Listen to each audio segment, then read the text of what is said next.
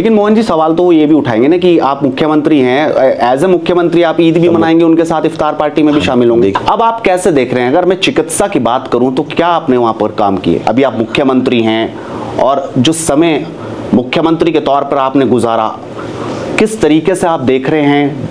क्या उपलब्धियां आपको नजर आ रही है मध्य प्रदेश में? सरकार का जोर लगातार जो त्योहार है, हिंदू त्योहार को बड़े जोर शोर से मना रही है। गीता जयंती की भी शुरुआत हो रही है, गोवर्धन पूजा में भी लगातार बढ़ चढ़कर सरकार ने हिस्सा लिया। मतलब आपको कैसे जहन में आया कि सरकार और त्योहार को जोड़ा जाए?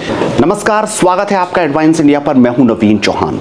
आज हमारे साथ बातचीत करने के लिए डॉक्टर मोहन यादव जी हैं, मुख्यमंत्री मध्य प्रदेश। और कैसी उपलब्धि रही मुख्यमंत्री बनने के बाद, किस तरीके से आज देखते हैं जब लगभग 300 दिनों से ज़्यादा का वक्त सरकार को हो चुका है। और मोहन यादव जी, बहुत बहुत स्वागत आपका एडवांस इंडिया पर। कैसे आप देख रहे हैं? आप शिक्षा मंत्री थे, अभी आप मुख्यमंत्री हैं, और जो समय मुख्यमंत्री के तौर पर आपने गुजारा, किस तरीके से आप देख रहे हैं? क्या उपलब्धियां आपको नज़र आ रही हैं मध्य प्रदेश में? देखिए, मैं उपलब्धि अपने मुंह से क्या कहूँ। यशस्वी प्रधानमंत्री के नेतृत्व में हमारी सरकार बनी, तब से लेकर अभी तक के सारे कामों से लेकर के जनता ने, हमने उसका प्रतिसाद भी देखा है। जब माननीय प्रधानमंत्री जी तीसरी बार लोकसभा चुनाव की तरफ आगे बढ़े और जनता ने पहले हमारी प्रचंड बहुमत से सरकार बनाई थी विधानसभा की। किसी भी चुनी हुई सरकार की अगली चुनौती चुनाव ही होती है। ऐसे में जब लोकसभा का चुनाव आया और लोकसभा की 29 लोकसभा की सीटें जीत करके यशस्वी प्रधानमंत्री के हाथों हमने सुपुर्द की है उनकी अपेक्षा के हिसाब से, तो उसमें ही सब कुछ बता दिया कि जितनी सीटें थी आज़ादी के बाद, इतनी की इतनी सीटें कभी जीती नहीं गई। मुझे गर्व है इस बात का कि भारतीय जनता पार्टी की सरकार बनने के बाद हमारे संगठन और सरकार ने मिलकर के 29 की 29 सीटें यशस्वी प्रधानमंत्री श्रीमान नरेंद्र मोदी जी के नेतृत्व में और यशस्वी राष्ट्रीय अध्यक्ष श्रीमान JP नड्डा जी के नेतृत्व में भारतीय जनता पार्टी ने सभी सीटें जीती। उल्लेखनीय कुछ सीटें, जैसे छिंदवाड़ा की सीट तो आज़ादी के बाद हम कभी जीते ही नहीं थे। एक बार उपचुनाव जीते, उसके बाद कभी नहीं जीते। ये 77 के समय में भी जब पूरे देश में जनता पार्टी बनी थी तब भी हम हारे थे। मतलब आपने क्लीन स्वीप किया राजनीतिक तौर पर। लेकिन अब आप कैसे देख रहे हैं? सबसे बड़ी चीज अगर रीढ़ की हड्डी मानी जाती है तो वो शिक्षा और चिकित्सा मानी जाती है। मध्य प्रदेश में बहुत पिछड़ापन रहा, देखा 55 साल सरकार कांग्रेस की भी रही, उसके बाद शिवराज भी मुख्यमंत्री रहे, आपको 1 साल का भी वक्त हुआ। अब आप कैसे देख रहे हैं? अगर मैं चिकित्सा की बात करूं तो क्या आपने वहां पर काम किए? देखिए, यशस्वी प्रधानमंत्री नरेंद्र मोदी जी के नेतृत्व में जब से शिक्षा, चिकित्सा, किस क्षेत्र में भी आगे बढ़ने के लिए हमारी शिक्षा नीति 2020 जब लागू हुई तो मैं शिक्षा मंत्री था। आपकी जानकारी के लिए बता दूं, उस समय हमारी शिक्षा में जी आ रहा था सकल पंजीयक दर। हायर सेकेंडरी के बाद कॉलेज में जाने वाले विद्यार्थियों की दर में 4.8% का अंतर था। मुझे इस बात की प्रसन्नता, जब मैं शिक्षा मंत्री था तो हमने उस टारगेट को अचीव किया जो आज भी कायम है। हम शिक्षा के दर में राष्ट्रीय औसत से आगे निकले। मुझे इस बात की प्रसन्नता है। शिक्षा के क्षेत्र में सबसे पहले शिक्षा नीति लागू करने वाला अगर कोई देश है, प्रदेश है देश के अंदर, तो मध्य प्रदेश है, जिसमें हमने शिक्षा नीति को लागू किया। PM एक्सीलेंस कॉलेज बनाने का प्रयास किया। ये बड़ी उपलब्धि है जिसके बलबूते पर हमने देश के सामने वो मॉडल दिया कि सरकारी कॉलेजों में भी सब सुविधाएं दी जा सकती है। सरकारी कॉलेज के अंदर भी सारे कोर्स के साथ साथ हमारे अपने विद्यार्थियों के लिए बस की सुविधा भी दी गई है। ये पूरे देश का पहला प्रयोग है। सरकारी कॉलेजों में सरकारी बस, कॉलेज की तरफ से बस लगे और विद्यार्थी आवागमन करें। केवल ये आइडिया आपको कैसे आया? मतलब एक बड़ी जिम्मेदारी है बच्चों को घर से ले जाना स्कूल तक, छात्रों कॉलेज तक, तो किस तरीके से आप देख रहे हैं छात्रों को? मैं सरकारी कॉलेज में पढ़ा हूँ, सरकारी स्कूल में पढ़ा हूँ। यशस्वी प्रधानमंत्री की भावना भी यही रहती है। हमारे संसाधनों का उपयोग विद्यार्थियों के लिए, युवाओं के लिए जितना अच्छा हो जाए उतनी अच्छी बात है।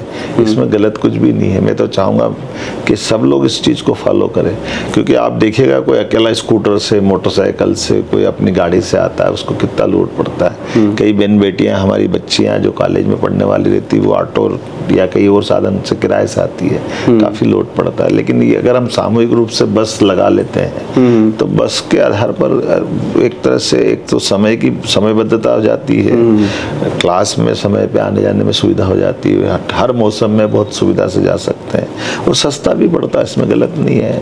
केवल वो नहीं, कई सारी सुविधाएं भी हमने अंदर इस प्रकार से विकसित की है। सरकार का जोर लगातार जो त्योहार है, हिंदू त्योहार को बड़े जोर शोर से मना रही है। गीता जयंती की भी शुरुआत हो रही है, गोवर्धन पूजा में भी लगातार बढ़ चढ़कर सरकार ने हिस्सा लिया। मतलब आपको कैसे जहन में आया कि सरकार और त्योहार को जोड़ा जाए? देखिए, त्योहार हमारी उत्सव परंपरा है, हमारी उत्सव धर्मिता की संस्कृति है। आदिकाल से हम सब इस समाज के अंदर इन उत्सव त्योहार के बलबूते पर अपने जीवन में आने वाले कष्ट और खुशी के इस सारे मामले में समान रूप से आगे बढ़ने का मौका पाते हैं। हम दुख में दुखी रहेंगे अगर कई देश ऐसे आज भी निराशा में डूबे हुए हैं। एकमात्र देश भारत है जो सदैव अपने जयंतियां मनाता है। हमारे यहाँ निर्वाण दिवस मनाने की परंपरा नहीं है, इसलिए हमारे यहाँ तो शोक का एक ही दिन रहता, होली पे रंग डलिया सब हो गया, लेकिन शोक में भी रंग के साथ आनंद में डुबाते हैं। मतलब कई मुख्यमंत्री और कई नेता तो दूरी बनाते हैं ना त्योहारों से, कि दूसरी बिरादरी, दूसरे धर्म नाराज ना हो जाएं उस बात को लेकर। देखो, ये अन्य दलों की बात हो सकती, जहाँ जहाँ भारतीय जनता पार्टी के लोग यशस्वी प्रधानमंत्री के नेतृत्व में, हम तो हर उत्सव को आनंद से मनाते हैं। समाज सब मनाता है। अरे होली, दिवाली, जन्माष्टमी, रामनवमी, गुड़ी पड़वा, गुरु पूर्णिमा, मकर संक्रांति हम नहीं मनाएंगे तो कौन मनाएगा? अरे हमने तो कहा सब मनाएंगे। वो गोवर्धन पूजा, अरे गोवर्धन से तो हमारी इस दुनिया में भारत की पहचान है। कृषि प्रधान देश में गोवंश को अगर हटा दो तो कहाँ से कोई कृषि कर लेगा? खेती के लिए गोवंश की क्या उपयोगिता है? तो गोवर्धन पूजा नहीं होना चाहिए क्या? भगवान कृष्ण ने वो गोवर्धन और गोवर्धन दोनों को जोड़ करके एक उत्कृष्ट उदाहरण दिया था।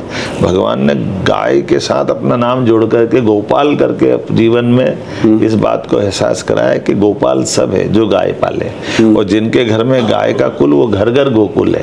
तो हम तो भगवान श्री कृष्ण के वंशज लोग हैं, हम राम और कृष्ण की संस्कृति को कैसे भूल सकते हैं?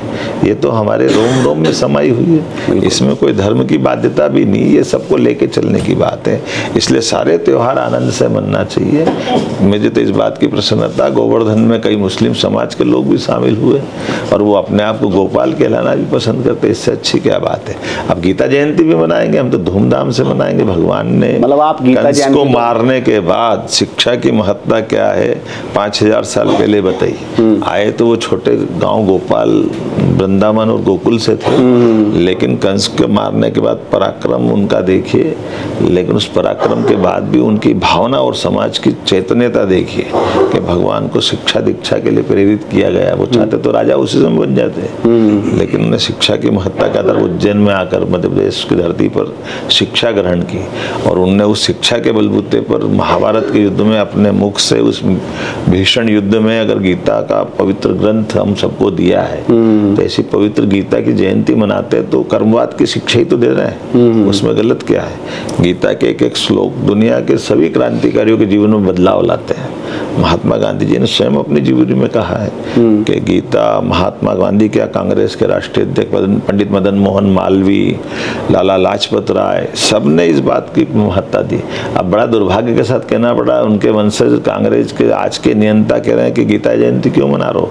अरे अपने राष्ट्रीय अध्यक्षों की तरफ देख लो, उनने क्या कहा था। उनने गीता को, आप मानते हैं कि एक नया दौर है, लोग अब तक इफ्तार पार्टी में शामिल होते थे और अब गीता जयंती भी बना रहे हैं। ये तो इनकी समझने वाली बात है। अतीत में देखे अपने नेताओं का चरित्र क्या है। लेकिन मोहन जी, सवाल तो वो ये भी उठाएंगे ना कि आप मुख्यमंत्री हैं, एज ए मुख्यमंत्री आप ईद भी मनाएंगे, उनके साथ इफ्तार पार्टी में भी शामिल होंगे। देखिए, दोनों बातें हैं। मेरा ऐसा कहना है कि जो समाज के त्योहार सब मनाते हैं तो सरकार को उसमें सरोकार रखना चाहिए ना। सरकार क्यों निराधार रहेगी? सरकार का सरोकार होना ही चाहिए, इसमें गलत क्या है? और इसलिए जो हमारे धर्म के लोग, जितने लोग हैं, आप बताओ, अल्पसंख्यक भी आनंद करे, बहुसंख्यक भी आनंद करे, उसमें क्या गलत है? होना ही चाहिए। लेकिन उम्मीद तो करेंगे ना कि आप भी ईद के त्योहार पे सेलिब्रेट करें उनके साथ। तो मेरी बात, आप मेरा जीवन देख लेना। जो मेरे मित्र हैं, मैं मीठी ईद पे अपने मित्र डॉक्टर सनवर पटेल जी जो वक्फ बोर्ड के अध्यक्ष हैं, उनके साथ आनंद मनाता हूँ। लेकिन इसको आप इस त्योहारों को हिंदू मुस्लिम के भाव समझ देखो। त्योहार हमारी संस्कृति है, लेकिन अलगाववाद का विरोध है। कोई अगर हमारे देश और प्रदेश का अलगाव की बात करता है, ये नहीं चलेगा। इस बात का हम विरोध करते हैं। इसलिए बांग्लादेशी घुसपैठिया का विरोध करते। बांग्लादेशी घुसपैठिया नहीं होना चाहिए। हमारे देश के लोग सब रहे, उनका हक अधिकार है, उसमें होना ही चाहिए। मेरी अपनी ओर से बहुत बहुत धन्यवाद। बहुत धन्यवाद। तो वो डॉक्टर मोहन यादव जी, बड़ी बेबाकी से उन्होंने उत्तर दिया किस तरीके से वो देख रहे हैं और आगे उनके क्या प्लान। आप भी अपनी राय रखिए और इस वीडियो को शेयर कीजिए और लगातार जुड़ रही है हेडलाइंस इंडिया के साथ। नमस्कार।